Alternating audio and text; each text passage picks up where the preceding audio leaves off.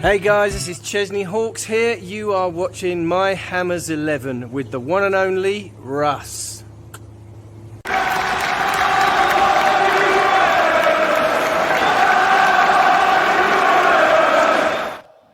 Chesney's back, which can mean only one thing. My Hammers 11 back for another episode.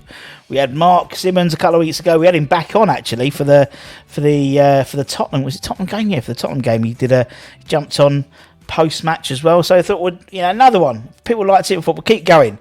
Now the gentleman I got today, you'd have seen him on, obviously, if you follow Claret and Boo's YouTube channel. If not, go and subscribe. There'll be a thing in the great bunch of lads. We've had Gary on. He was one of the OGs of My Hammers 11. So now we thought, well, let's get the better brother on. I'll say it to him now. Let's get Nick on. How you doing, man?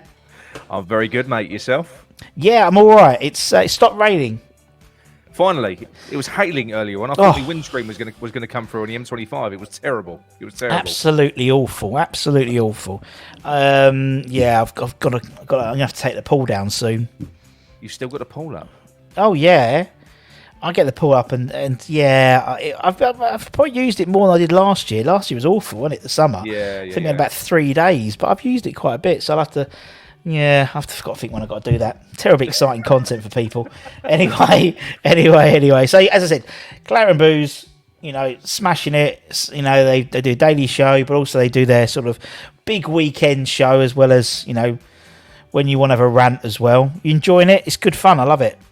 Yeah, I do love it. We've been doing it now for, I think we're coming up to our first year. I think it's on the 13th of September. That'll be a year. So yeah, it's been great. Me, my brother, and our good mate John. Like I say, we get regular guests on as well, and it's just grown. As you know, you start adding more shows to it, and it's just it's pretty good. Really enjoy what we do.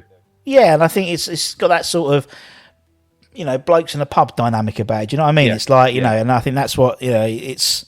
And that's what people like, That's what people like to listen to. I get quite wrapped up. So obviously, when you initially start the show, you get a little bit anxious, but then all of a sudden, you kind of click into that mode, don't you? You just start talking to people, which is what makes it quite natural, I think. Yeah, and as you said, it's sort of like you, and that's why I like doing the live shows because you get the comments. Yeah. And obviously people are watching, and obviously you can't necessarily they can't join in, so to speak, in the conversation, but they can in the chat, and so I think they kind of drive the show sometimes, though. Don't they? It changes the direction sometimes of what we intend to do. Somebody throws up a topic in the chat, and that's it. We're off in a different direction. Oh, Christ, yeah, and I love it.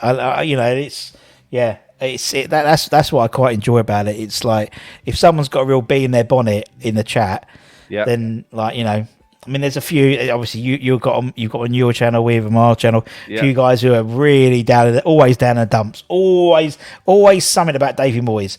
Always something. You're describing me, basically, Russ. That's what you're describing. I'm describing Paul Parkinson, and he's probably watching, and he knows. But the thing is, you've got all these different opinions, and that's what I love about. Sort of, I think, where we are now compared to pre-social. I know some people hate social media and stuff, but for me, it gives people rather than sit around the pub and moan about it, it's to maybe a wider audience, and you get people all over the world. You get Danny comes on from the States and stuff, absolutely, I love it. I love the fact that we've got people, for the lunchtime shows. You have like Darren in Thailand. You got Kieran from Australia. You've got Neil from Down Under. Yeah.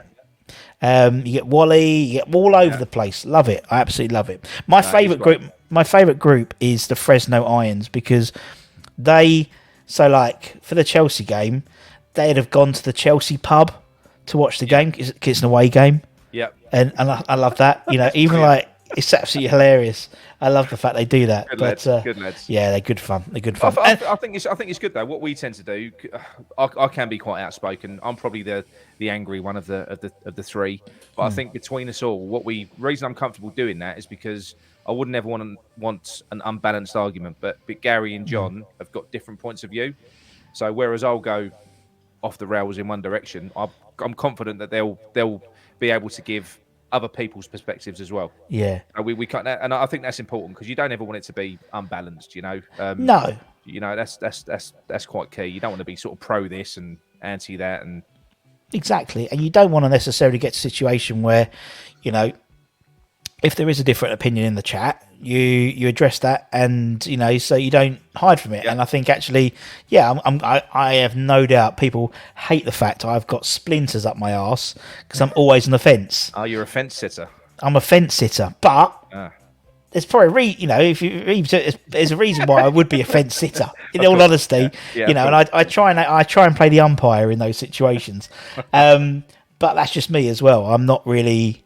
I don't really have. I'm sort of, I like to go over the waves. You know what I mean? Rather than just float over. My wife hates it because I'm so like that.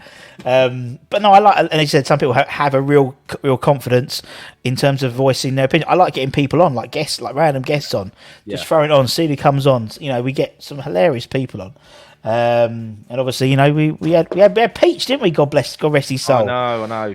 God bless so it's good fun. It's good fun. I find it it's therapeutic as well. So, for instance, after the Chelsea game, sometimes you can if I come online, I'll blow my top. I might stress everyone else out, but by the time the show's finished, I feel great. I'm all deep. Yeah, it's therapy, isn't it? It is. Yeah. It is therapy. That's true. It was like because I remember, because it was a Chelsea game. We had Matt, and Matt was like, "Oh, I just couldn't." He was like, "Oh," and so was a bit, and I was like, "Oh, it's done now, isn't it? What can we do about it? We can moan about it till the cows come home, but it's sort of like, what was done was done." But they apologised. That's all right, then, isn't it? That's all right. Don't worry about that. Apologise. Fine. That's fine. If we don't get make Europa League by a point, don't worry. Exactly. Don't worry. That was. I'd say before we move on, that was an awful decision, wasn't it? Well, I think there's only four people. There's 4 people in the world who think it was a foul. Graham Souness. Graham Souness, that's the ref, the VAR, Tuchel, and Graham Souness. I know. That's it. Bizarre. I mean, Graham Souness, pot calling the kettle black, innit? How many times did he get away? He wouldn't even getting a pitch with VAR on. I know. But the thing is with that is people are saying, we should have ex-pros in the Well, Graham Souness is an ex-pro, isn't he? Exactly. Do you know what I mean? They're all going to have affiliations to their teams and stuff like that as well. So I don't know what the answer is. Apart from binning VAR, I'd be in favour of that. I'm pro the technology. But it's like, as always, it's not the technology that's the problem. It's the person operating the computer. It's got to be anything that can be done, anything that can be automated, fine. Yes. Offsides, anything that's subjective has got to be removed from Stockley Park and given to the referee. It's got to go to him, I think, because if it's subjective, it's subjective. And there's so many things in football that are like that. You're totally right, and I think with goal line technology, bar that one incident last season when everyone got back from COVID, and it was a Villa Sheffield United when as a bloke in the way of the ball or something, so they couldn't check it when it got in. So, but usually if it's gone on, it's the ball has crossed the line, as you said. They're experimenting with the offside now. Yeah. For Qatar, I think they're using it for Qatar, aren't they? I think in terms of the augmented reality and things on the ball, and which makes sense because you should be able to just find out. There's only one modification that needs to be made to the offside rule. They should draw the lines. It should be feet. Just keep it to the feet. This kind of limb it's almost the sleeve, isn't it? It's a sleeve. Yeah. I mean, what is that? You can't score with your arm, can you? So. That's a good point.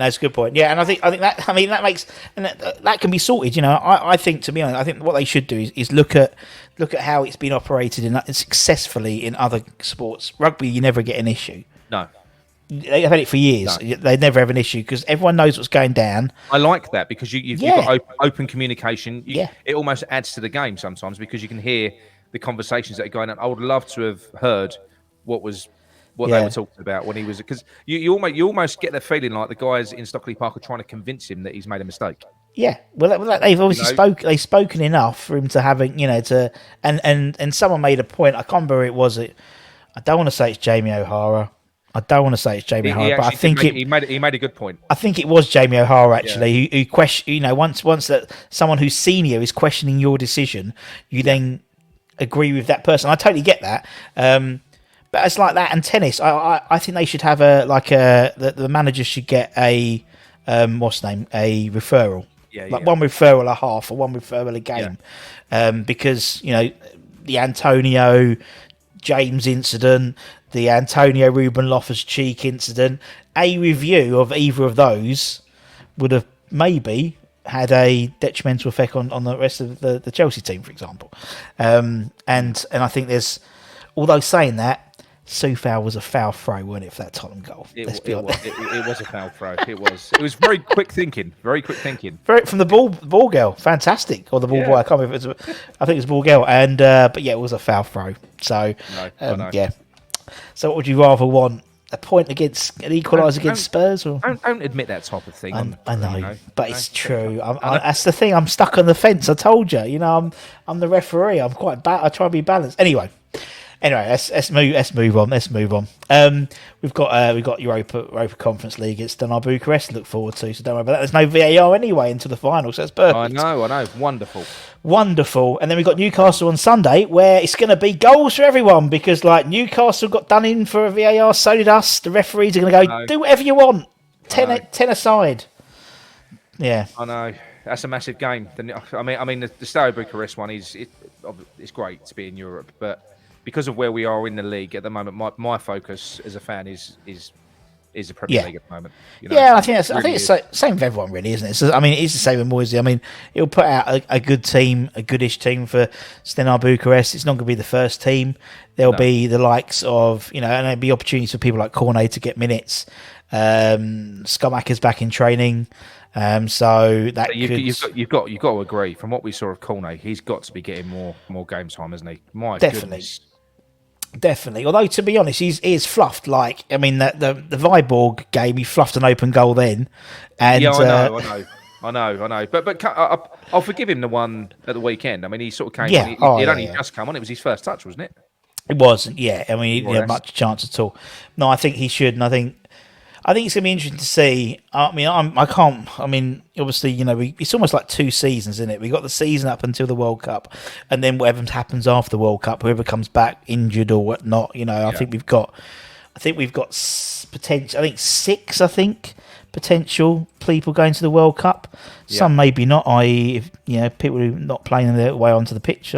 I.e. Jared Bowen. I don't think Bowen's going to be going now. He's playing himself off the plane. He's only got like half dozen games left until they pick it, I think, isn't it? I don't know when they pick the squad, but it's going to be soon.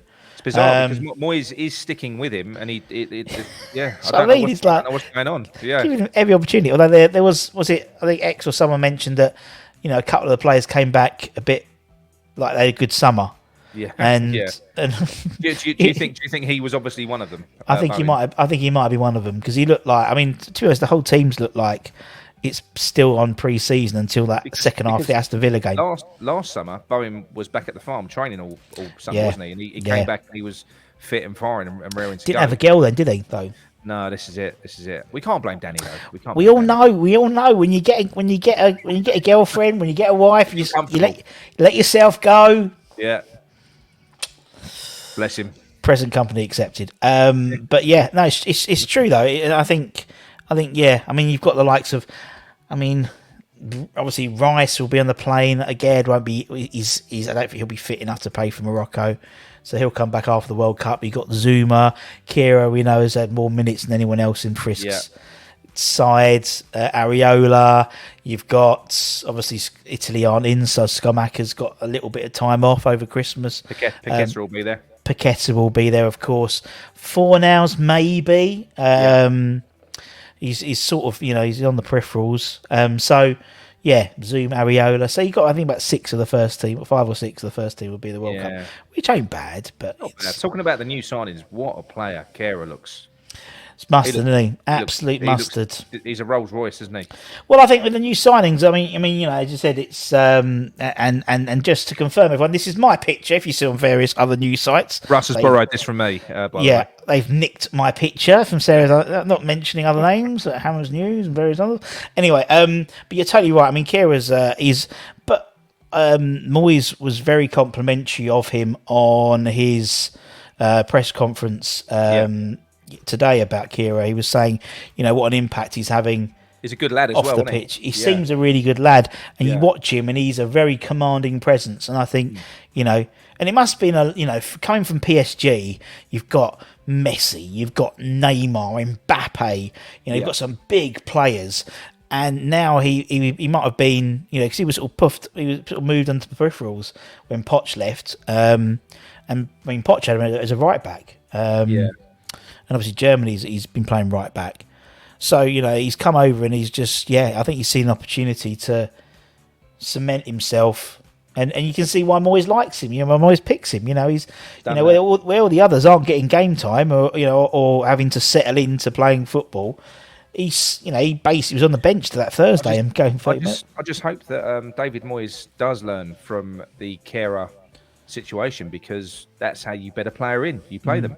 He was terrible in the first game, better in the second game, amazing in the third game, and that is how you. Well, he's done it with Paqueta though, hasn't he? He's done it with Paqueta. He's like, I mean, the poor lad had literally just got off the plane, and he'd probably just got down from the roof, and they put him out on the pitch. You know what I mean? So they was clearly hiding him up there, wasn't they? When it was do you know what I thought when I saw it? I thought, oh, that's just asking for Daniel Levy to come over with a massive helicopter with those old crane games you get at Haven, and sort of lift him up or just knock him off. He has got that Bond villain look about him, hasn't he? He has. Mr. Conte, I've been expecting you. But I know what you mean. He's very much. I like Paqueta. I think he really impressed me the other day just with his work rate. And I think the trouble is, it's like, because he can do lots of jobs. It's almost like he wants to do all the jobs. I always remember when we had Tevez and he'd run over like a madman. I think it was Kerb sort of went, just stay up there and we're going to kick the ball to you. I think it shows that he's keen to impress. Yes. He's keen to impress.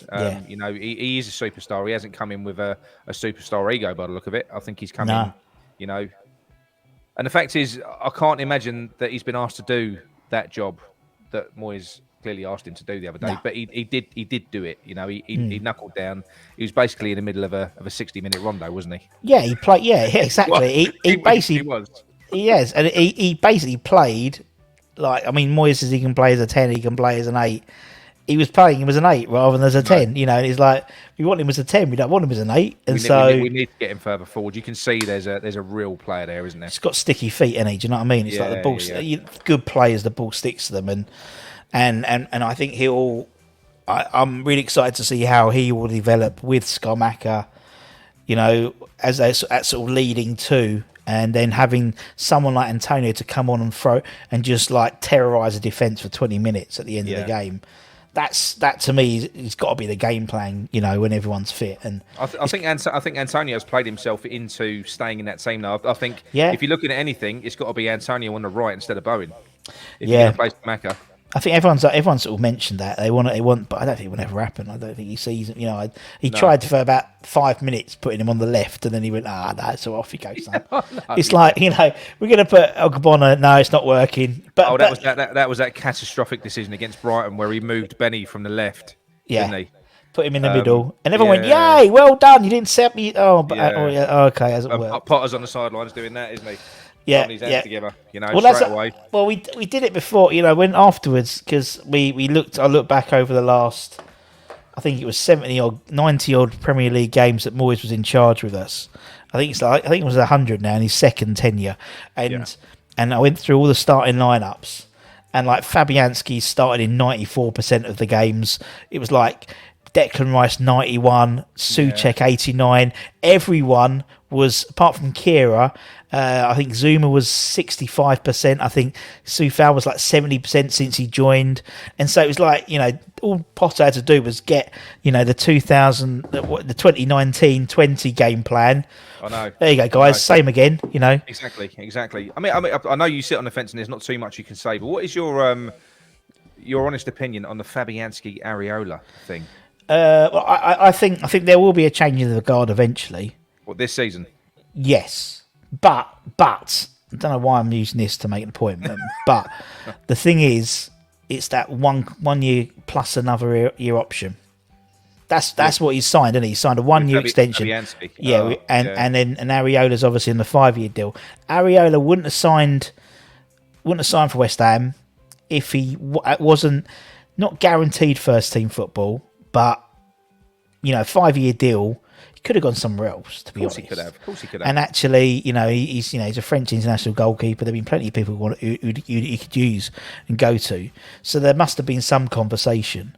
So it might be. I honestly think there'll be a change of the guard sometime. Maybe after the World Cup. Maybe I don't know. I don't know. I think Moyes clearly. He likes both goalkeepers, but clearly Fabianski at the moment is his league goalkeeper, and Areola's his cup goalkeeper. I do feel dirty because I love Fabianski. I think he's a great keeper, but it's clear for all to see that we have a superior goalkeeper on the bench. Yes, we've got, and I think for me, the thing about Areola is he has that slight Adrian quality. Yeah. Do you know what I mean? Where it can be a little bit erratic at times. And I know Fabianski can call him Flapianski. Yeah. But, when the ball comes over, I don't tend to hold my breath and think he's going to catch it. Because he doesn't come out. Don't worry, he's going to miss the cross anyway. But you know what I mean? So, whereas Areola, a little bit of is he going to do a one for the camera? And I don't mind that, but sometimes it's like, I don't know, when you're bedding in and you centre back pairing, you want maybe a slightly more. I think for Areola, the thing that's done me with Areola, I mean, look, I think with Fabianski, age catches up to us all. Yeah. I think he's caught up with Fabianski. He's not anywhere near sharp enough, not as sharp as what he was. But Areola, I think he does add a different dimension to the way that we play because of his distribution. That's the thing. That's the key thing, So I can't wait. I can't wait for the changeover. But like I say, I do feel bad because I love Fabs. He'll still play because we'll still be in the Conference League up until the latter stages, won't we? So obviously we'll be in Prague in May. Exactly. Yeah. So we're moaning about the tickets for the Silkenborg away. Wait for that one. Wait to Prague, get like 10 tickets for the final. Ridiculous, isn't it? Anyway. Let's talk about you, Nick. Let's talk about you and West Ham. Why West Ham? Why West Ham, Nick? Me? Why West Ham? I had no choice, Russ. It was a family affair. So it's my dad. A family affair. I like it. Yeah, so my dad, my brother, my sister, my uncles, my cousins, all long-time West Ham season ticket holders. My brother, Gary, who you've had on, he persisted with me relentlessly, taking me over to Upton Park when I was just a toddler. Never used to really take any notice. He used to play with me toys on the floor. And I remember the one goal that got me was, I can't remember the exact scoreline. It was us against Man United. Dix with a penalty against Schmeichel. We was in the Bobby Moore, and I remember that was a moment that grabbed me. The fucking eruption, it kind of that, and from that point on, that was it for me. Never looked back. Never looked back. A lifetime of pain. Well, yeah, it's one of those things where I always remember my first game. I think we'd conceded after about 30 seconds. And obviously the young Russ Budden had the scarf, the bobble hat. Yeah. Of course, I've had a burger. Of course. Rude not to. And getting all excited with the program and then literally 30 seconds and they concede. And I remember my granddad turned to me and I just remember it like I closed my eyes and remember it like yesterday. He just said, "Get used to it. You've got a whole lifetime ahead of you." And I didn't believe him. But that was over 30 odd years ago. And it's very, very true. Yeah, I think supporting a team like West Ham in particular, it's an important life lesson for most people because it's full of disappointment. No, full of hope, lots of disappointment, and when you get the good times, you appreciate it. Yes, it's one of those things where it's character building. You know, a lot of dads, a lot of mums, you know, pass on supporting West Ham to their offspring, and they'll go, oh, why don't I support Man United or Man City now, and you know, Liverpool. It's well, you don't know how good it is beating. You know, it's like as you said, it's like, you know, if you could be a Man City fan and they win every game, or you know, and you get pissed off if they only won 2-0 and Haaland ain't scored or whatever. But you know, a 1-1 draw against Spurs this season, it was like that was a great day. I mean, like I said, I passed it down to my sons as well. I mean, I live in. I've moved to North London now, so I'm out in sort of Enfield. We're not far from the Tottenham training ground. My son, I think he's the only West Ham fan in the school. Yeah, 14, but still he's got his bag on. He's proud. I think most West Ham fans are proud, to be quite honest. Yeah, and I said it's. I mean, you know, we haven't had a lot to be proud of recently, and it's like, well, over the last, you know, until the last maybe 3 or 4 years, I think. Realistically, I mean, you know, there's, for me, you see, what Moyes has created. You know, he's created a team that we can, you know, maybe not so much this season, but you know, to be proud of. You know, in terms of giving a, you know, I remember like all during lockdown. You know, it was. Obviously, I was still there, and you know, I didn't see the team spirit like that for years. They were like heroes, and I've got to be honest. Whatever happens in the future, because none of us know, we all want Moyes to succeed. We do. Whatever happens this season, you know, I don't think anyone can ever kind of take away what he's achieved in the last 2 years. No. He has been fantastic. I don't think there's many managers that could have done what he did in that period with what he had. Really, for the last 2 seasons, he's done magnificently well. I am one of the people that's getting frustrated now, however, but you can never overlook what he's done for us. If he does end up leaving, we're in a far stronger position now than when he took us over. Oh, very much so. I mean, you look at something like, I mean, as you said, like looking at what he's, you know, just the players he's brought in, and I think, you know, there's same as someone like. I mean, so it's someone like Souček, for example. Now, Souček, you know, in terms of David Moyes was riding the crest of a wave, and now he's sort of like, you know, and obviously Souček was riding the crest of a wave, scoring loads of goals, and then he weren't scoring. And they go, oh, he's doing fuck all. Look, he's shit, and he's like, actually, you know, now there's a lot of parallels to how David Moyes, you know, people are like, oh, he's the Messiah. And he's like, oh, but he's not making a sub until 60 minutes. And he's picking the same, you know. So it's almost like there's this sort of like underlying current. It's like it's a West Ham. You know, we never used to having prolonged success.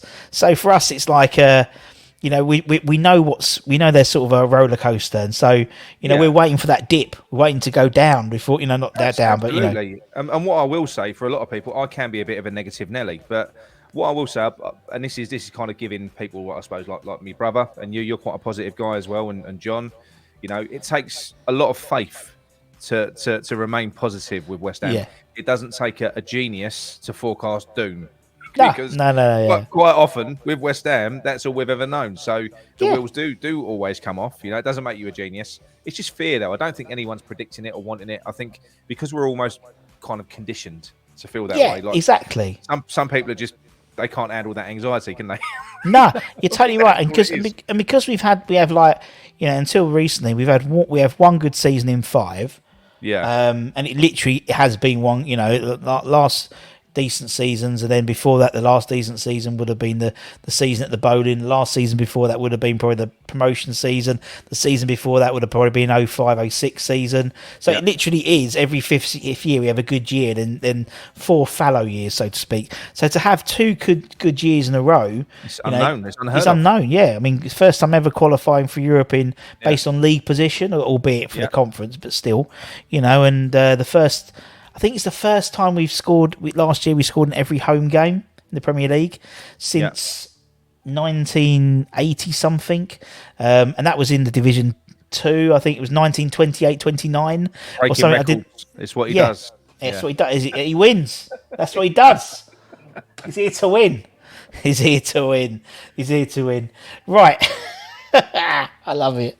I love Moisey. I just love the fact that he's like an old man in a young man's game. Do you know what I mean? He's like he is in a sense he is a bit of a dinosaur. Yeah. In a sense. It doesn't mean he doesn't fit though. No, you're totally right. That's the thing. Yeah, He's stuck in his ways. He is stubborn. Yeah. That may not prove to be a bad thing. We don't know yet. No. Because the fact of the matter is, I think that this is his biggest challenge. I think this is almost one of the biggest challenges that he's had, counting all of the previous experiences, because I think he's almost comfortable being... When he came in, when he saved us from relegation both times, he comes in, he looks at it, running stats low, let's get you running more, let's do this. Yeah. Bring in people, bring in grafters. This is different. We're now not looking to overachieve, we're looking to achieve based on what we've just invested. I think it's a massive challenge for Moyes. He's got to almost change style, and if he pulls it off, I think it'll. I'm worried, but if he does pull it off, it'll be brilliant for him. Yeah, I don't know exactly what you mean. I mean, spending being the third highest spenders in the Premier League. Yeah, there's expectation. There's expectation. I'm sure from above as well. There will be. Definitely, and he knows it as well. And the fact. And there's a reason why they brought in Rob Newman, and obviously we didn't see it in January last year, but we saw it now. The people unlike I go back and look at the two sort of recruitment drives that Bilic did, sort of the last season at the Bowling, the first season at London Stadium. That was just like scattergun. It was like a few. Obviously, the likes of Payet, Lanzini, good ones, but Nikita Jelavic. Emmanuel Emenike, when we get to London Stadium, you've got the likes of Gokhan Toure, you've got Arbeloa, it was just like, we'll just fill it up. I will always love Slav for giving me that season, though. That was amazing. Probably my most memorable season. Even through what we've achieved for the last 2 years, I think that one for me, 15-16 was, well, for a start, I don't think we'll ever see another player as good as Payet in a West Ham shirt. I don't know. I've seen Di Canio. Di Canio was amazing, but Payet he was truly world class, wasn't he? He was. But I've got a feeling about the boy Paqueta. He could, where Payet had the sort of the ability, he tended to be like more on the wing a little bit, whereas Paqueta likes playing 10. You know what I mean? He's like, and so I think he's like, I think he could be special. But I know what you mean. He was just, but then again, if it wasn't for Dimitri Payet, would we have had that season? Probably not. No, we wouldn't have. No, it was. And the thing is, what I loved about Payet that year, and that shows a truly world class player, because I think he made everyone else around him look better as well. Yeah. He brought everyone into the game. I think Noble had one of his best seasons, didn't he? Yeah. He was superb. He had a good thing going on with Cresswell, didn't he? On the left, It's about partnerships, isn't it? It's about partnerships. Yeah. When you get a good partnership, it's like the Soufal Bowen partnership just isn't doing it where it was last year. No, not at all. What the thing is, I just don't think that we can play as direct now. I think as Moyes, as he's admitted and he's identified, teams have sussed us out. They just sit a little bit deeper. We can't get in behind them. So that smash and grab counter attack isn't really working now. I think what Moyes is, and that's why he's brought in ball players now, Moyes. I think he knows that we've got to almost adapt and change our style of play and try and find different ways to score. Yeah, and that might be, sort of a little bit of not clarification, but a little bit of justification for maybe the Warburton appointment. We don't know how it happened, but don't know much about him though. But he plays a very, albeit in the chat, but for Rangers as well, played a very more sort of possession-based football. Right, okay. So you look at, as you said, you look at the likes of Cornet, you look at the likes of Paqueta. Kehrer can play, Agerd can play. I know Flynn hasn't played many games at all, many minutes at all for us, but he had the best pass completion rate of any Englishman in the top 5 divisions last year. So, and I think Emerson gets forward. He's got that sort of directness that maybe a Cresswell hasn't. One thing about Masuaku was he was direct. He would take the ball and he'd run forward. He wouldn't necessarily, where actually he should have passed back, but actually he just wants to get forward. Emerson's that similar type of player. I think he's more. I've been impressed with him. I think he's a good player. I think he's not the Borna Sosa. He's not the David Rahm that we all wanted. No. But I think and I think some what I quite like is you've got the Moyes. Some of them are definitely for the, the likes of Agerd. was he 26, something like that? 26, 27, same as Zuma. Ariola's 28. Kiera's probably about 26. So, and Emerson's 28. So really, that as a back five could be your back five for the next 4 years. Do you think it's coincidental, though, that we signed Emerson, Paqueta and Cornet? All three have all three players played together? I think they have.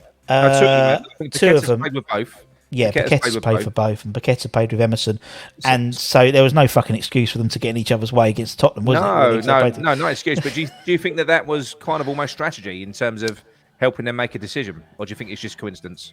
I think a little bit of coincidence, but I think there's always I think it's a bit of a coincidence, but then I think there's always that sort of, but he's here as well. You know what I mean? I think we saw Paqueta play.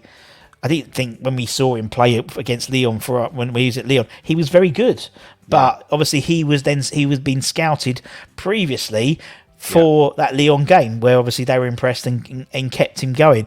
And obviously Emerson we know about his Premier League. He's played in the Premier League, he's played in the Champions League, he's an internet. Won the Europa Championship thing with 2020 for Italy, and so he's. And I mean, I was talking on the stream the other day.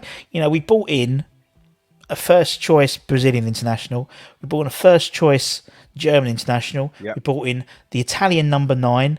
We brought an Italian starter left back as well. We brought Morocco's. I mean, it's Morocco, but still, it's Morocco's starting centre half. To go with England's as holding central defensive midfielder. Exactly. Let's go with the Czech Republic captain. So if he's still around, it's quality. It is quality they brought in. Every player you looked at, maybe with the exception of Flynn, every one of those players is not guaranteed, but could walk into the first team and improve it. And that's what I liked about the bench the other day was players were coming off and being replaced by players who are probably as good, if not better than them. I think the only issue that he's got now, though, because of the level of player that he's brought in, and because we know he doesn't overly like to make changes. This level of player that he's brought in, he can't bury them in the squad like he did Vlasic and stuff like that. No, it won't work. He'll have a mutiny on his hands if he does that. So and we're he's going to have to use him. You're totally right, man. To use him. Well, I mean, where previously, you had 2 years ago, it was always Bowen was always on the bench and being subbed. Then last year it was Benny and sort of Vlasic, but then Vlasic is just becoming prime Messi at the moment for Torino. He scored again the other day, didn't he? Playing in the right position, and they score. What a surprise! He's being played in the right position. I mean, what a bizarre one that is, though, isn't it? To never ever try him, where he's notoriously strongest at playing. It's surely you'd it's. I mean, it's a bit like Haller again, wasn't it? Where it's Haller was bought and he was bought in a 3. He played in the 3 and he didn't play in the 3. So, what do you expect? And the same with Wasson. I mean, that's why I think Paqueta's a really good buy because, Scamacca, when we was talking to Pedro, beforehand, he was talking about him and Raspadori as a 2. And they were like the striker and the 10. And obviously we were looking at Raspadori apparently, but Paqueta is very much could be that Raspadori role. And that's what Scamacca plays best with. He plays best with a guy who can play off with it as a 10. And I just think Paqueta likes to. I'll tell you what, Paqueta is better than Raspadori. Oh yeah. He's got the physical presence as well. He's a big lad. Far better. Yeah, definitely. But it's I think he's just got this. I like the fact he puts it about a bit as well. I think you need that in the Premier League. You're not gonna get pushed over. I mean, they're all big boys now. Six. I mean, Scamacca's 6'5". Paqueta's got to be 6'2", something like that. 6'2", 6'3". I love the first thing that he did when he came on against Spurs. The first thing he did was he got stuck in. He put a tackle in. I loved seeing Davinson Sanchez going flying up in the air. That was satisfying. Then he went and give what's his name a nibble, didn't he? Richarlison as well. Yeah, got a booking, didn't he, for that? Yeah, won't be his last. Good on him. Right, anyway, let's talk about your 11. Fucking hell, 40 minutes in. Right, so okay, the whole point of the show. Miami's 11. So what we do, get everyone on, whether it's an ex-player or a fan, and they basically put together their 11 from the players they've been around to see. Obviously, that means you and myself couldn't put Bobby Moore in because you never saw him play. It's just a bit of fun. It's not necessarily the best players, but the players that you enjoyed seeing. And it's just a bit of fun, and we reminisce about some players, and that's what we do. So, right, we'll start off. Let's start off in goal then. Who's in goal for your 11? Well, Go back and listen to the last 20 minutes about Fabianski. And then who's your goalkeeper? It. I know. Well, I was going to go Ludo because Ludo was. Everyone adores Ludo, but I imagine everyone goes for Ludo as well. No. It's a generational thing, isn't it? Yeah. No, so if you're of the Nigel Kahn era, it's going to be Phil Parkes. Phil Parkes. Yeah. If you're probably from maybe my era, your era as well, could be Ludo, it could be Rob Green, it could be this person, it could be Shaka Hislop, it could be we've had some good goalkeepers. It could be Roberto. We have even Yussi. Yussi was a good keeper. He did a job for us in that promotional year, didn't he? Really, he did. But no, I'm going to go for Fabianski. I think pound for pound, I think he's been a fantastic keeper for us since he's been here. I do think it's now time for him to hand over the reins to the younger model in Areola. But he's been fantastic, great keeper for us. Agreed. He was actually my choice as well. So. Oh really? Yeah. No, he's a great keeper. Yeah, great shout. Right, let's go left back then. Who's your left back? There's only one left back. There's only one. Julian Dix. Like I say, he's the moment that I referenced about when I first sort of switched on with watching West Ham was that moment when he spanked that ball in so hard that I'm sure the ball was in the back of the net before Schmeichel moved. Yeah, no, he scored my first goal I saw at West Ham as well. So yeah, when I told him that, he went, "But I scored 2 that night, Russ." Yeah, I know you scored 2 that night, but you scored the first one I saw. He scored the other one as well, but he scored the first. Yeah, loved him. I love Julian Dix. One of the other famous, because the thing is, he was such a cultured player as well. You know, obviously he's got that kind of thuggy look about him, isn't he? He looks hard as nails. Well, he is. Yeah, he is. But I'll always remember it. Was it the game against Wimbledon where he went I'm sure it was Dennis Wise put in a tackle on Stuart Slater, and he just came herring across the pitch, didn't he? There was because there was like a 20 man brawl. Because that's Martin Allen's favourite ever game because that was. I think for that exact reason, and then there was a massive brawl, and then it settled down, and then Dennis Wise took the free kick, or someone passed Dennis Wise, and then Julian kicked him 12 foot up in the air and just got sent off and walked down the tunnel. Before the ref got his card out. That's me. I'm done. Great player, fantastic. I love him. Player. Yeah, and it's great to see him back in the game. Obviously, he's over in the States at the moment, isn't he? He's I think it's the one below the MLS. I think he's doing. I think it's there. He's working at the moment as a sport. Exactly, lovely family as well. That has got to be Dix. Has got to be in a 90% range for people that select him. Again, generational thing. If you're Nigel Kahn, it's Frank Lampard. Oh, okay, fair enough. You know, and then also like and we've had you have people like so if you maybe were say a younger fan. Say maybe 20 or whatever, or mid-20s, it's probably Cresswell, or it's probably, Cresswell's played... Cresswell has been a good left-back for us. He's made up a fantastic player. Loads of a few hundred appearances for us now. Or it might have been George McCartney. Yeah. You know what I mean? So it's like there's certain, or it could have been Wayne Quinn. I can't say it. I shouldn't say it because Wayne's coming on soon. I can't say it with a straight face. Oh, I'm going to have to learn. Oh, yeah. He won't be watching this one anyway. Yeah, well, you never know. Wayne loves to. He's. Oh, God. I'm going to just just shut up, Russ. He's made through my. It's his. If he plays on Thursday, it's his 300th appearance. I guarantee no one knows that. Cresswell. Yeah. He's been 299. A tremendous player, and I do kind of feel for him a little bit. I think he gets a load of stick.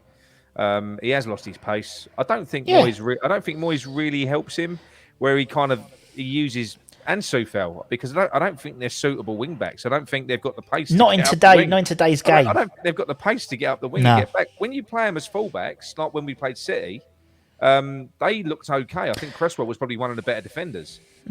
But they haven't got the legs.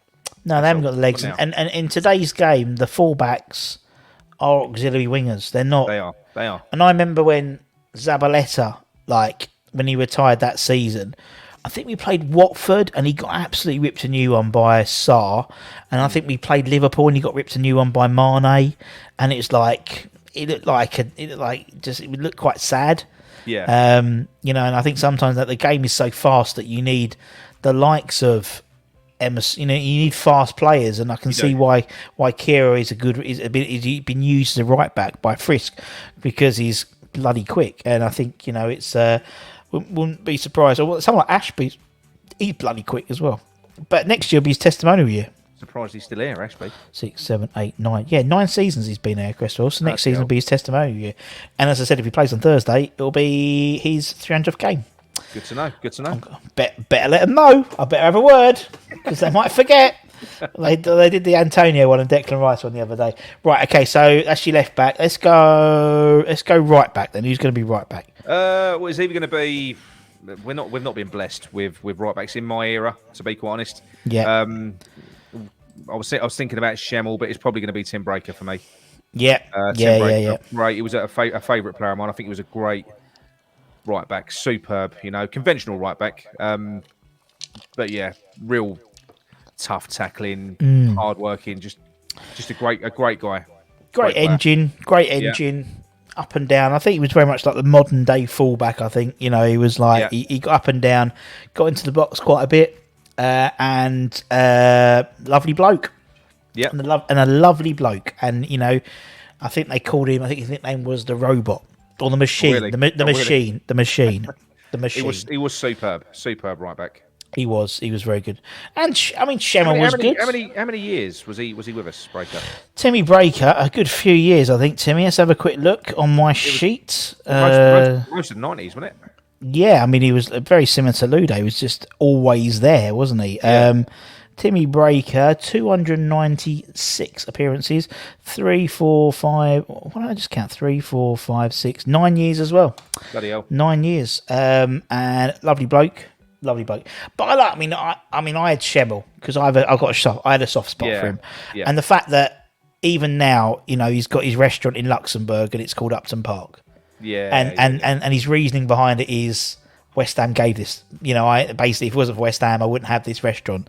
That's why I call it Upton Park. It's like he was a fantastic player as well. He was until, and it's by his mission, until Trevor Sinclair cut his hair, and then he was shit.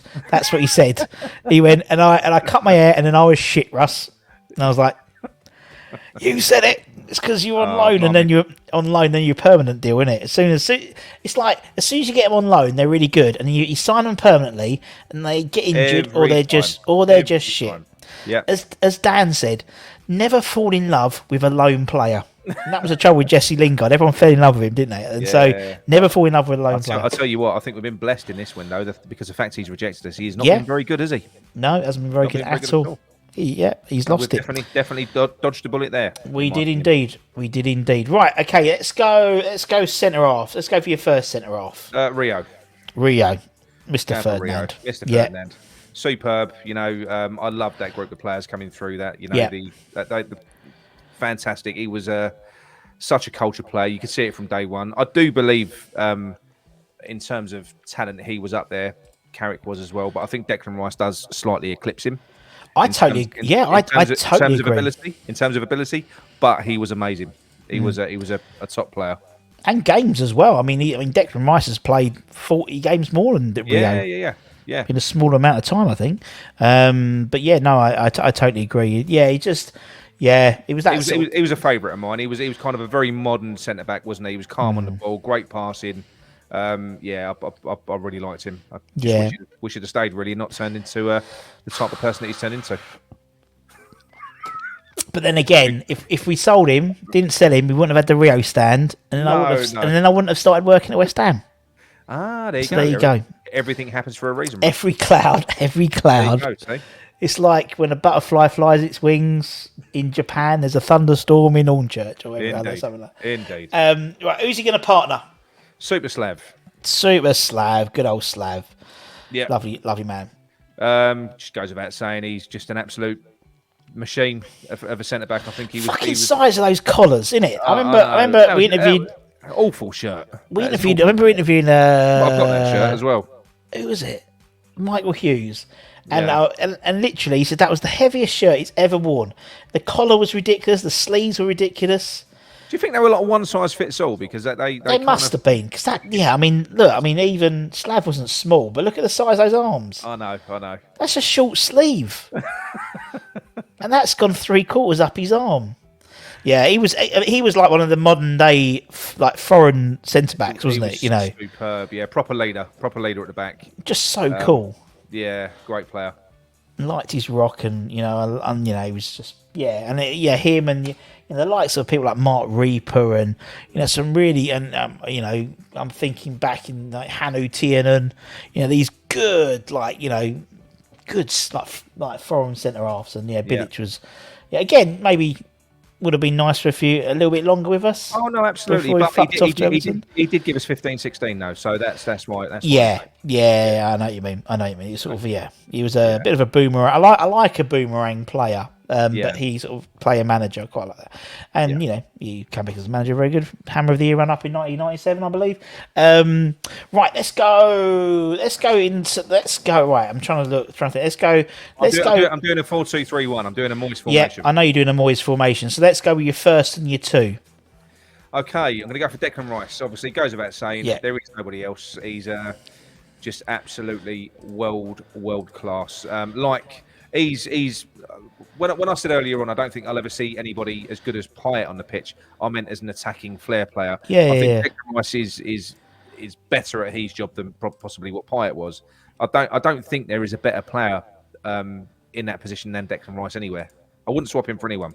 No, I think he could walk into any. He could walk into any side in the world, and occupy that. He's still effectively a baby as well. Well, yeah, he's 23, and he's played 200 times now. I mean, you look at people that if you went back to that Rio era. I mean, Rio played 150, 160 games. I think Lamps played about 180. I think Carrick played about 160. Joe must have played around 160, 170 maybe.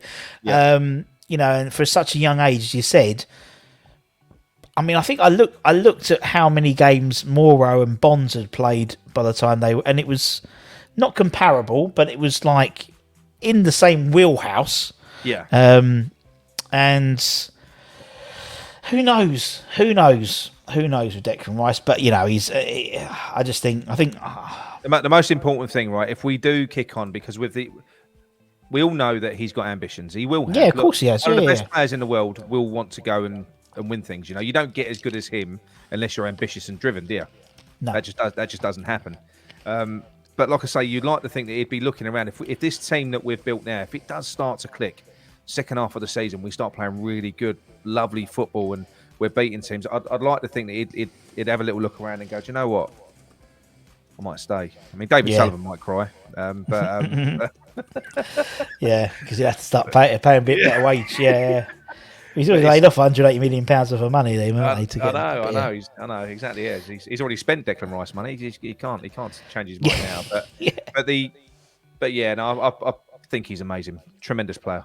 Yeah, no, he's brilliant. He's a brilliant player, and he's put in a couple of captain's performances in the last few games.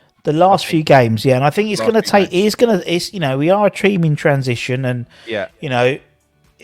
with having someone like Mark Noble in the club for 18 years, it's going to take time, and Deck will have ways that he'll want to run the club himself, and I guarantee there's times where someone would have said, "Oh, Mark didn't do that," although he's always there must be a little bit of a monkey on your back a little bit. Yeah. But he'll get there. He's just had a kid as well. So, Christ, exactly. It's like, I mean, remember last year when Fornals went off the boil and he'd just have a kid because it's like the late nights and they do take it, even if a professional football player. Well, they can't afford nannies, though. You think they just get someone in to look after the kids? Just get like a wet nurse, innit? Yeah. like the 1800s. Exactly. That's all you need, easy, simple. That's a weird. The Bun household, we had the wet nurse. I'm off to the drawing room. Yes. Feed the child. In a previous life. Exactly, I wish. Right, Steck, who's he going to partner? Right, I was thinking along the lines of Scotty Parker and obviously Noble, but I don't know. I just wanted someone with a little bit of character and a little bit of fight in there. And I've gone for Johnny Moncur. Johnny Moncur, yeah. I just think he's a great player. He's one of my favourites. He was and when you hear some of the stories now, You know, I'm thinking outside the box, Russ. I'm thinking how good he'd be for my dressing room as well. So, well, you need it, don't you? You need the character. You need the characters. You need the character. So, and he certainly was a character, wasn't he? He certainly was. He certainly was, and he still is. Bless him. He still is. Yeah. Obviously, he found God,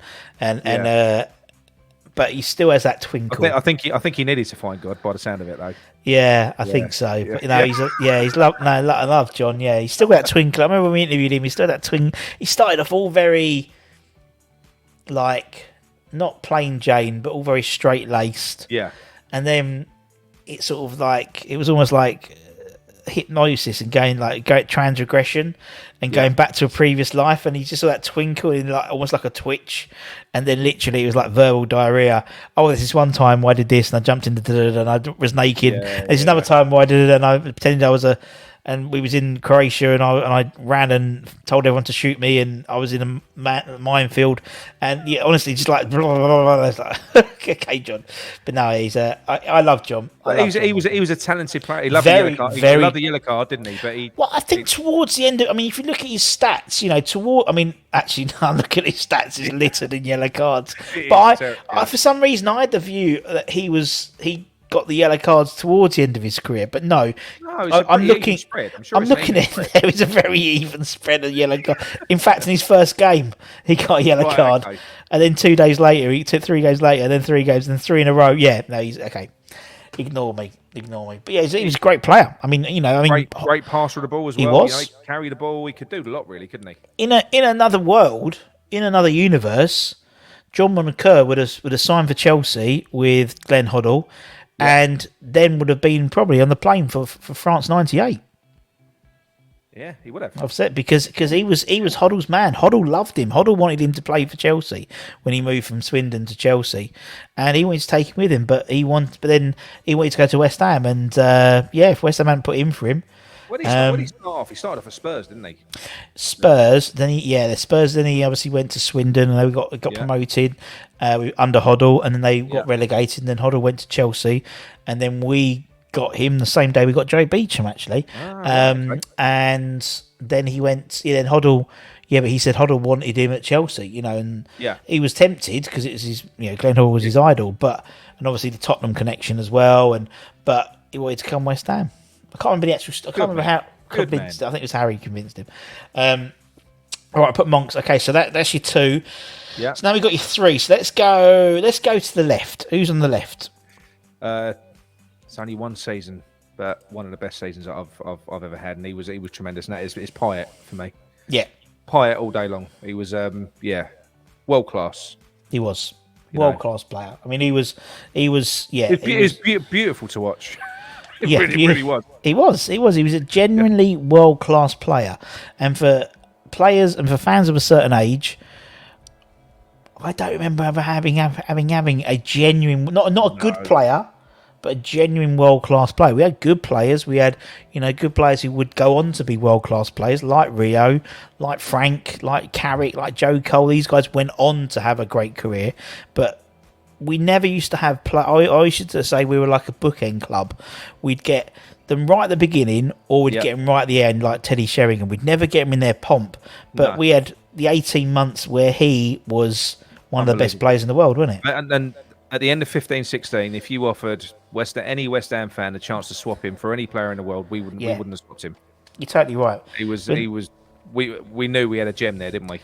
And it just worked because he had him and Slav just as this sort of father-son relationship, and it was lovely. He broke Slav's heart, didn't he? Yeah, I think he genuinely did. He genuinely did. And yeah, it was just, and as you said, if it weren't for him, we wouldn't have had that season that we had. We just wouldn't have, and so many, like the Crystal Palace goal, Blackburn away, just his delivery on the ball.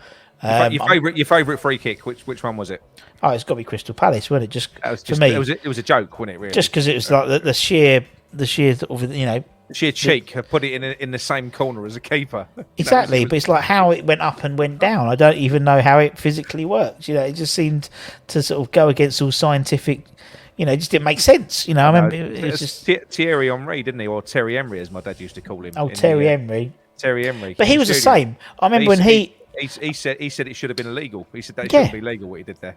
And there's certain players when I remember when Terry Henry, when Arsenal were in their pomp, and I remember used to see him at Upton Park, and he wouldn't run. He was literally like skating. Gliding. He was gliding. That's what it was. It was like just no move. Like it was just no backlift. It's just a way that, because when you played Payet in the team out on the left, even if it didn't look like he was doing anything, he always had like 2 players on him. He's always occupying players because they knew you couldn't leave him alone. He always picked the ball up, and he would always spin and come out with the ball. And it was like a shrug of the shoulders. The defenders are gone. I don't think he had blistering pace. He wasn't quick at all. No, he wasn't a quick player. But he was powerful, wasn't he? He was powerful, and he could misdirect players. Yeah. And he was a stocky player. Obviously went back to Marseille and became even stockier. But then he was back with his missus. It's like it's a trouble. The same thing again. You see, it happens. But yeah, no, I think he was just had this. He had sticky feet, and the ball would stick to him. And I love players who could command more. Like, that's why I used to like Andy Carroll, because like when he played, you'd always have 2 defenders on him, which means there's always someone spare. And I didn't mind Andy Carroll. I mean, I didn't. He was always injured, was a pain in the arse. That was the trouble. But yeah, very similar to another one of your players you got. But he gave everything, didn't he? He gave it, yeah, exactly. That's what you wanted. When he was on the pitch, anyway. It's not his fault he gets injured, is it? Well, maybe sometimes it was. I think he used to give it all on a Friday night when he was out in nightclubs and stuff like that as well. Which down 195. Probably didn't help him. With his recovery and stuff. No, you're probably right. Just all he needed to do was go on Antonio's diet. Oh no, because his hamstrings are right now, isn't it? He's Don't get no hamstring injury. It's actually quite bizarre, really. How he's Is he gone vegan, or is it like? Is he just he's a semi-vegan. He's a semi-vegan. He's a semi-vegan. That's what he called himself. I only eat bacon on a Sunday. Yeah, that's the type of veganism I would do. I think basically what he's doing is he's eating more healthy food now. He's eating more greens. He's eating stuff like that, and I think it's just better for him. What he was eating before. Bacon? Well, I don't know. Yeah.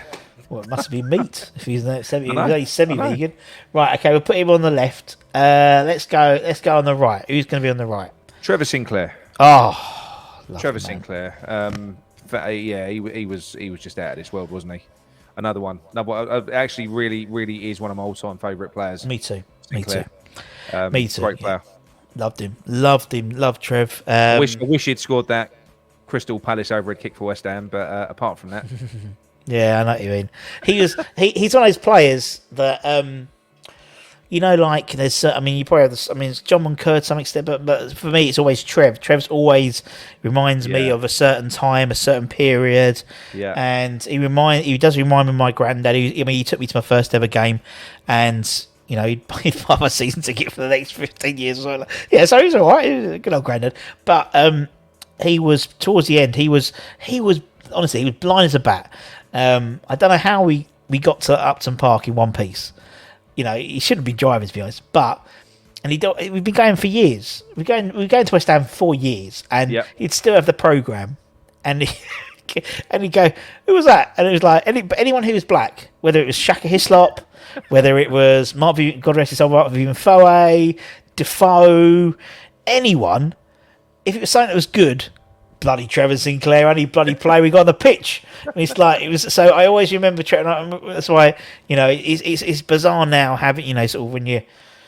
I don't know, just like you get a WhatsApp from me or whatever. Weird. I know, and do you know what? He's genuinely. I know he's a City fan, but he's genuinely a West Ham fan as well. He is. He genuinely is. The club. He does love the club.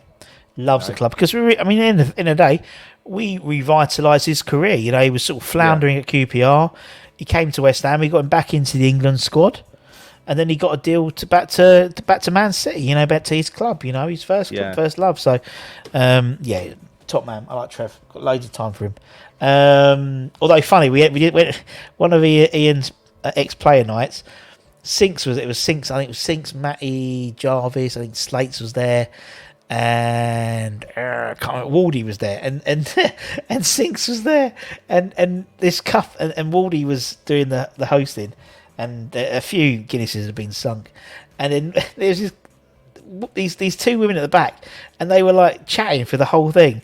And Wardy's like, "Will you fucking shut up?" And then, "Wait, you two, if you don't like it, fuck off to Weatherspoons." And then Jeff went, "That's my wife." No. And he went, "So sorry, Mrs. Sinclair. Enjoy the rest of your night." Honestly, it was so funny. It was so funny. He's a character, and Waldy. Oh, I like Waldy. Yeah, he's funny. Funny old man. Yeah, he's funny. It's funny though, because it's like there's a generation now where it seems. I think Waldy's had his second knee replacement or second hip replacement.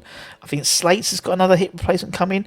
Really, I saw battered their bodies. Yeah, I saw Keith Rowland in Sainsbury's on Saturday, and Rowley was on crutches. So I think he's probably having a hip or a knee, and it's like they're all was that because of the pitches were just shit, or is it? I just think it's physicality. I think it's the physicality. I think it happens to everyone. I mean, if you walk see any ex-player, you can tell they're ex-players because they've got their bow legs, and it's like, I think Waldy's had both hips or both knees or something like that.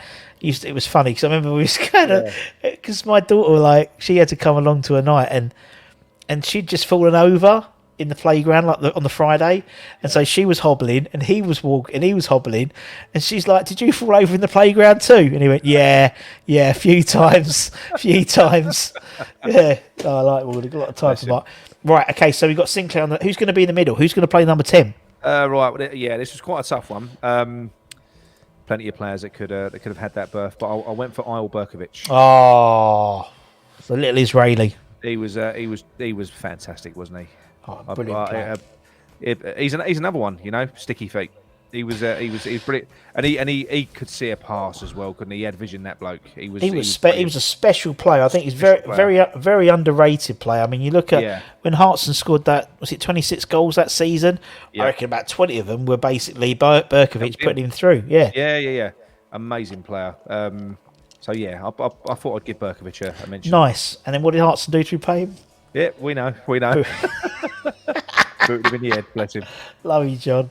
Yeah, a fantastic player. Yeah, and he was sort of like, it was because we love a silky player, don't we, at West Ham? I always sort of say West Ham players to West Ham fans are in two camps. They're either in the Trevor Brooking camp or the Billy Bonds camp. So they're either like silky, like Berkovic.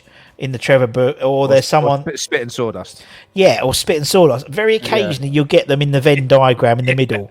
Yeah. So maybe someone like Declan Rice easily could be in both. I think, or they slightly more towards the Billy Bonds side, but he's getting more silky into his game. So I think Moyes, if he gets it right this season, I think he could satisfy both faction of fans because we've got the grit. We know that we've got the industry.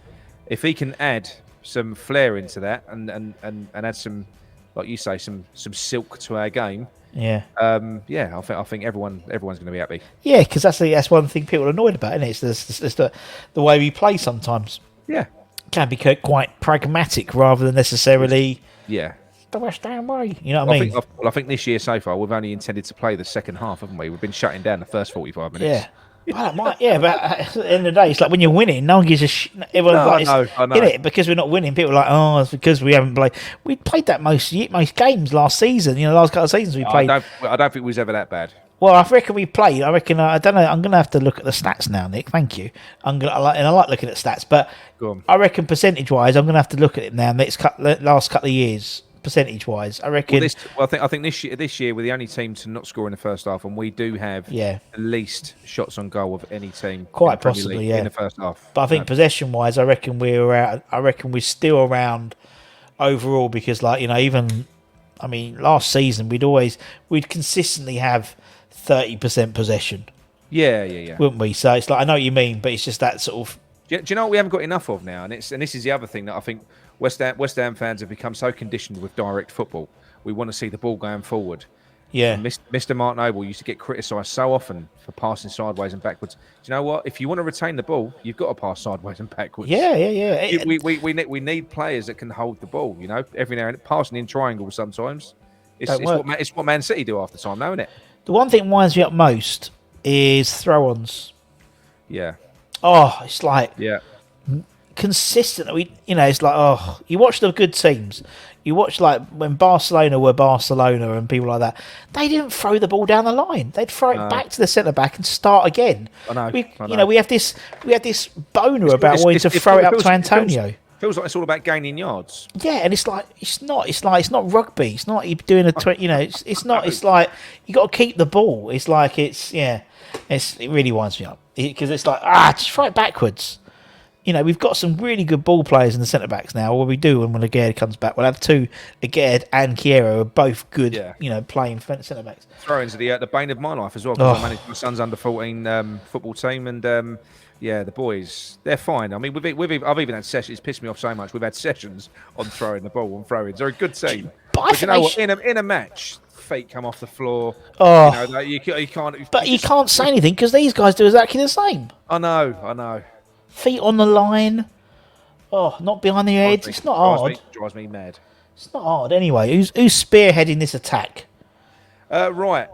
Obviously, you've got your obvious candidates. You've got Tevez, you've got Di Canio, Zaza, all of who I love. Zaza, of course. But no, it's going to be the one and only Dean Ashton. Not so much for what he was, even though he was amazing. I think it's more for what he was going to be. Before his career got cut short, I do think he would have gone on and been one of the very best strikers in the Premier League. It was tragic what happened to him with his career, really. Yeah, I mean, he had everything, didn't he? As a player, he had everything. He was a complete number 9. Yeah, and I don't think he would have probably been at West Ham for many years afterwards, but he would have been. I remember. You look at that period of time. Rooney he had Emil Heskey up front as his partner. He's like Dean Ashton would have been 9 and 10. Him and Rooney. For a few years, maybe even at United, quite possibly as well. But probably would have been. Yeah, and it would have been an absolute. I think is as close to Shearer as you're going to get. Yeah, in terms of the way that he played. I mean, he was. Yeah, I mean, he said he was probably the absolute perfect striker. He could play. He had enough pace to get past players. He could play at the head. We've seen some of the goals. There've been volleys. There've been look at the finish at the testimonial. I know exactly. Still had it in the locker. It was obscene, wasn't it? Oh, it was great. That was a great day. That was. Maybe we'll have the same next year with Aaron Cresswell's. You never know. You never know. So there's your 11. Nice. Good team. Good team. And now I'm going to ask you a question, Russ. Go for it. Okay, and it has to be a manager from this era. If you could pick a manager in their pomp to manage this team for 1 year to deliver beautiful, beautiful football, who would that manager be? Oh, it's not beautiful. Beautiful football. I think for a year, I'd put Slav. For a year. For a year, I'd put Slav or Harry. Yeah. Actually, scrap that. Do you know what? To play beautiful football, Gianfranco Zola. What would that the football we played under Zola was really nice football. Yeah, he wasn't a great, he's like he got the best out of Carlton as well. Got the best out of Carlton. He got a lot of youth team players in. You look at some of the players in. He was arguably the best player in the club. But he played some really nice football. To get the best out, to get prolonged success, I'd have had Moyes. But I think, to play some beautiful football, I think you'd get some good football out of Gianluca. That is a bloody good team, though, looking at it. It's a great team. I've got, for me, I had Fabianski, I had Dix, I had Rio, I had Rice, I had Payet, I had Sinclair, I had Ashton. Who else did I have? I had who did I had Ferd. Oh, I've got it somewhere. I don't know what it is. I had Ferdinand. You had Schemmel at right back, didn't you? I had Schemmel right back. Ian Pearce. Oh, that's a good shout. Because I loved a centre back who could play up front. He was brilliant for Championship manager. Him and Chris Sutton, brilliant for the squad. And then we have Payet. I think I had Rice, Noble. I didn't. No, I had Payet. I didn't have Rice. I had Payet. I'd probably change it, but Rice now. I had Noble and Joe Cole with Sinclair, and up front I had Ashton and Di Canio. There you go. Yeah, so I feel rotten not putting Di Canio in because he was definitively. He probably is my favourite player of all time, West Ham player. I think Payet was magic. Yeah. As was Di Canio, but yeah, Di Canio was probably my favourite, but I don't know. Ashton was he was a great striker. He was a good striker. In that formation, I played to win, Russ. So that was a. I play to win. I don't. We're not here to make friends. We're here to make memory. We're here to make championships. We're here to make medals. I like it. No, it's it's a good side, as you said. I think the only one I remember, like in terms of Di Canio, I think it was we interviewed. I think it was David James. Well, okay. And David James put his 11 out. Yeah. I think he had Canute and Defoe up front. Oh, really? And then the next day, he was doing a thing at the club. I think Colton was there, Jack Mate was there, Canute was there, and someone else was there, and David James was there, and they were saying, "Oh yeah, I did Russ's thing, yeah, because of the," and he and I think Colton asked what his 11 was. He went da da da da, and he went, Did you play with Di Canio? He went, "Oh fuck." And he texted me, went, "I've forgotten Di Canio," and I was like, "Oh no!" I was going to say something, but I didn't want to in case you had some little like some little thing, like play a rift or whatever. Yeah. I mean, so, he was a good player, but he's not. He can't be in a no. He can't. He was a good player, but he was no Freddie Canute. No. Bless him. Anyway, Nick, it's been a pleasure, my friend. Thank you very much. No, brilliant. I've enjoyed it. Yeah, it's been good fun. Obviously, subscribe to Claret and Booze if you haven't already. As I said, Friday, Saturday, it depends what day you fancy in it, really. Should be sometimes a Friday night, sometimes a Saturday night. We do daily rambles now, which are sort of where we just get on and waffle for sort of 15-20 minutes a day. We occasionally do a Friday night booze up, which is a live show. But we've got we do match reviews, and we do our regular show now is on a Sunday night. Sunday night, that's it. So we've shifted now because I miss my Friday nights basically. Russ. Yeah. Well, you got to have a. I'm a man of routine. Yeah. Friday, yeah. I was thinking before do you want to do? Nah, don't do a Friday. No, it was fine in lockdown. That's obviously when we started. Because every day's the same day, innit? It's like it just went into one.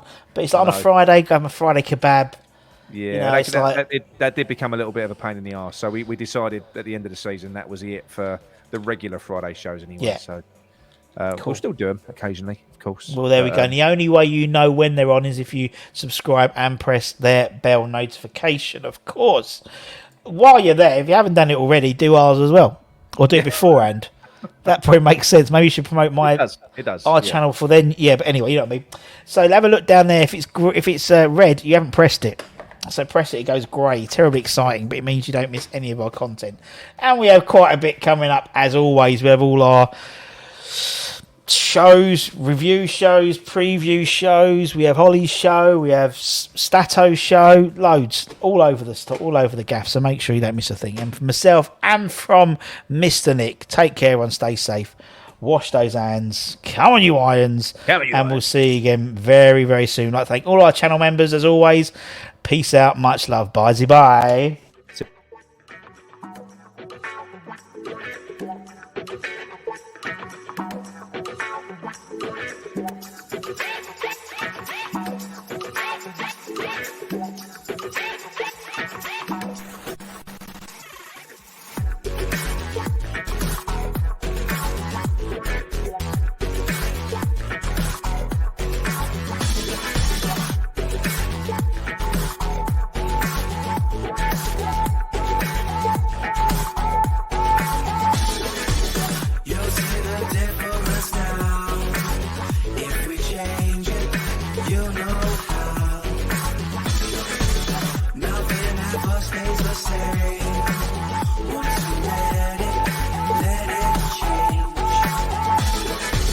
It's like a family tree.